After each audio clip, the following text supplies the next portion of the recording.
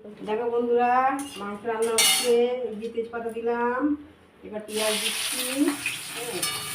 এই পেঁয়াজটা ভাজা ভাজা হয়ে গেলে মশলাটা আর দেবো। আমার তার আগে আলুটা ভেজে রেখেছি।